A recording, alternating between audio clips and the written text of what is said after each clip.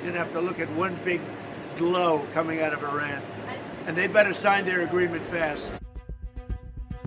Trump's ominous big nuclear threat transforms into international mockery within Iran's media and diplomatic circle. Mojtaba's top aide deploys brilliant Kubrick cinematic reference to ridicule America's hollow ultimatums. Iran masterfully casts Trump as reckless doomsday madman through stunning DR. Strangelove propaganda masterpiece. Iran remains completely undeterred by Trump's frantic warnings, deliberately keeping U.S. waiting on peace reply. Iran has used Cold War-era satire to hit back at Donald Trump's one big glow warning, framing it as a repetition of dangerous nuclear rhetoric from the mid-20th century. Iran's foreign ministry mocked the U.S. president after he publicly threatened a potential nuclear-style strike on the country if the ceasefire were to collapse. Foreign Ministry spokesman Esmaeil Baghaei responded with a sharply worded post on X on May 8, using humor and irony to undercut the seriousness of Trump's message. Esmaeil Baghaei said, and I quote, "It is a grotesque absurdity that they claim to seek peace and prevent a nuclear crisis, yet their proposed solution is one big glow. However, just watch Stanley Kubrick's Dr. Strangelove or How I Learned to Stop Worrying and Love the Bomb, 1964. Unquote. Baghaei attached a clip from Dr. Strangelove, a famous Cold War satire that depicts a nuclear conflict between the United States and the Soviet Union through a chain of miscalculations. The move positions Trump's threat as a throwback to the absurd, almost farcical brinkmanship of the earlier nuclear standoff between the superpowers. After these strikes, is the ceasefire with Iran still on? Yeah, it is. They trifled with us today. We blew them away. They trifled. I call that a trifle. I'll let you know when there's no ceasefire. You won't have to know. If there's no ceasefire, you're not going to have to know. You're just going to have to look at one big glow coming out of Iran. And they better sign their agreement fast. The talks are going very well, but they have to understand if it doesn't get signed, they're going to have a lot of pain. They're going to have a lot of pain. They want to sign it, I will tell you. They want to sign it a lot more than I do. I think that's what you want to hear, fellas, right? What you want to hear, a different tone. That's the only thing they understand. They don't understand it. We had 3 world-class destroyers go through the strait today. Any other country, under the circumstances, wouldn't have done shot missiles at it and drones at it and these stupid boats that came at it. They got blown away in about 2 minutes. Their tanker got blown. You know what we did with the tanker? We didn't want to create an environment, so we shot out the rudder, and the tanker's going around, spinning around in circles. They should not have done that today. We thought they might. We didn't know, but we were prepared. They shot missiles. Every missile was knocked down. Every drone was knocked down, and the people that shot it are no longer with us. Supposedly tonight, so we'll see how that goes. Do you think they're slow rolling it? Do you think they're intentionally slow rolling the process?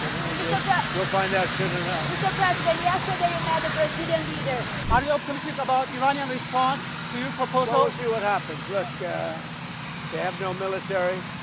They have not a lot left. We'll see what happens.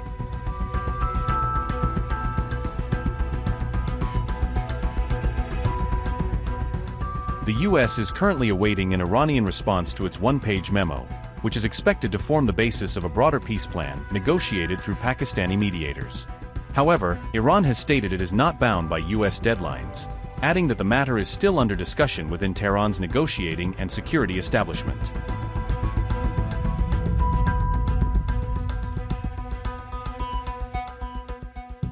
On May 7th, American and Iranian forces directly exchanged fire for the first time since the April ceasefire agreement. The United States launched what it called self-defense strikes on Iran as explosions rocked Keshem Island, Sirik, and Bandar Abbas. Reports claim American forces also targeted an Iranian oil tanker and another Iranian vessel near the strategic Gulf waters. In retaliation, Iran launched attacks targeting American destroyers stationed inside the highly sensitive Strait of Hormuz region. Donald Trump accused Iran of behaving irrationally after military tensions and attacks intensified sharply overnight across the Gulf. President Trump claimed 3 American destroyers safely crossed Hormuz despite reportedly facing Iranian missiles, drones, and hostile threats. Trump warned Washington would respond far more aggressively unless Tehran quickly agreed to a deal with the United States. Despite the clashes, Trump insisted the ceasefire remained active and dismissed the strikes as merely a love tap. "We faced 111 missiles targeting our valuable aircraft carrier," Trump recently revealed.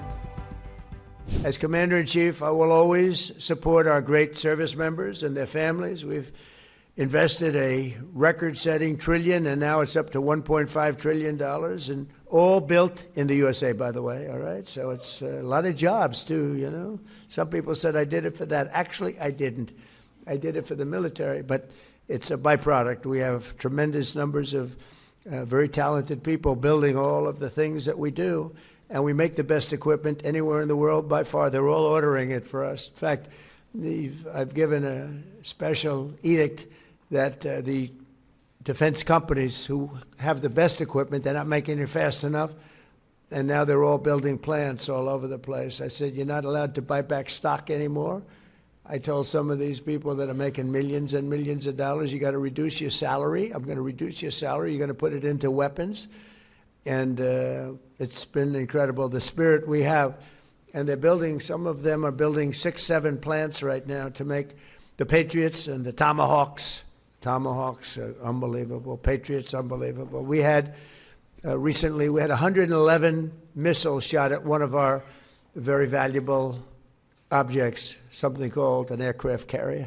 Think of this, 111 missiles, high range, high quality, speed missiles, very high, very fast, very top of the line.